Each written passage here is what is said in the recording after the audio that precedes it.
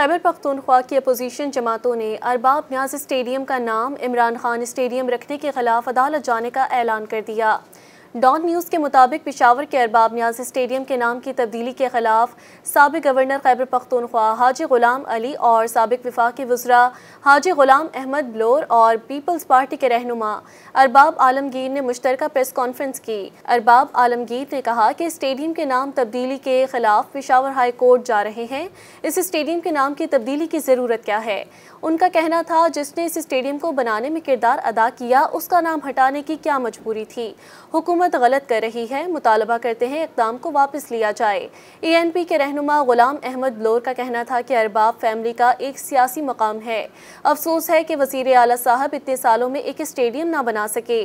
ANP ने अपने दौर में 8 यूनिवर्सिटियाँ बना दी थीं। स्टेडियम बनाने में अरबाब न्याज का बड़ा किरदार था। आज अपने सूबे के लिए तरक्याती काम करने में मरियम नवाज वज़ीर आला गंडापुर से आगे निकल गई हैं।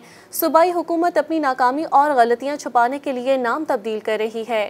साबिक गवर्नर खैबर पख्तूनख्वा और JUI के रहनुमा गुलाम अली का कहना था कि हुकूमत से मुतालबा करते हैं कि स्टेडियम का नाम तब्दील नहीं किया जाए। शाही बाग म्यूनसिपलिटी की मलकियत थी। वज़ीर आला को चाहिए कि एक नया स्टेडियम बनाते। उनका कहना था कि इस स्टेडियम का नाम इमरान खान भी हो जाए तब भी कोई फ़र्क नहीं पड़ेगा, लेकिन यह रिवायत खैबर पख्तूनख्वा की नहीं। सूबाई हुकूमत इस फैसले पर नज़रसानी करे। जमात इस्लामी के रहनुमा काशिफ आज़म ने कहा कि कुछ दिन के मेहमान वज़ीर आला ने इमरान खान को खुश करने के लिए ये कदम उठाया है।